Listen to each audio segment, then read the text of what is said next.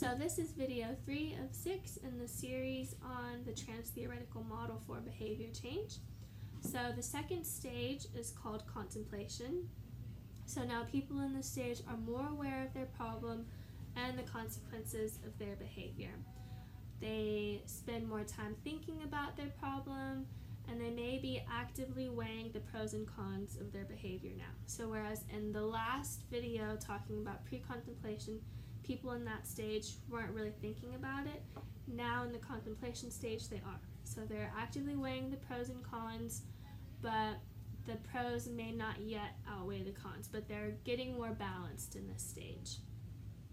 So people in this stage are more open to receiving information. So rather in that last one where they were in more denial and kind of avoiding those conversations altogether, now they realize they have a problem, they realize they need to change something, and they're more open to getting information on that. And this stage defines it as the people stating a desire to change within the next 6 months. So, and this stage may last a couple of weeks, or it could last an entire lifetime if they never get to that next stage, which is the preparation stage. So a lot of people may realize they need to lose weight or start eating better, adapt these healthier behaviors, but they just never end up actually doing anything about it. So in regards to physical therapy, the last video talked about patients not yet coming to the clinic, and they feel that the pain is something that they have to deal with. Now in this stage, they might be thinking that, yeah, maybe I ought to see a doctor to see what I can do. They may be asking questions about physical therapy to see what that can provide for them.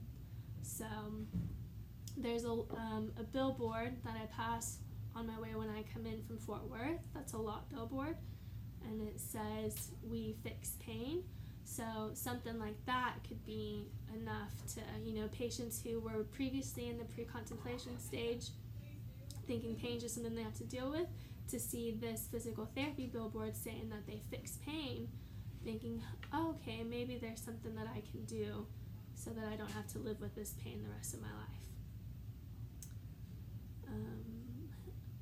And so we also have patients who are already in our clinic who maybe are realizing that they need to start exercising more. So there's certain things we can do to help them move to that next phase, which is preparation. So a few of those things, we want to encourage that evaluation of the pros and cons. So maybe now that they've realized they want to start exercising more, we ask them, well, what do you have to lose? What can you gain from exercising more? What would be bad about exercising more? And just encouraging that self-evaluation of those pros and cons. And we want to help them identify and promote the positive outcomes of the behavior change.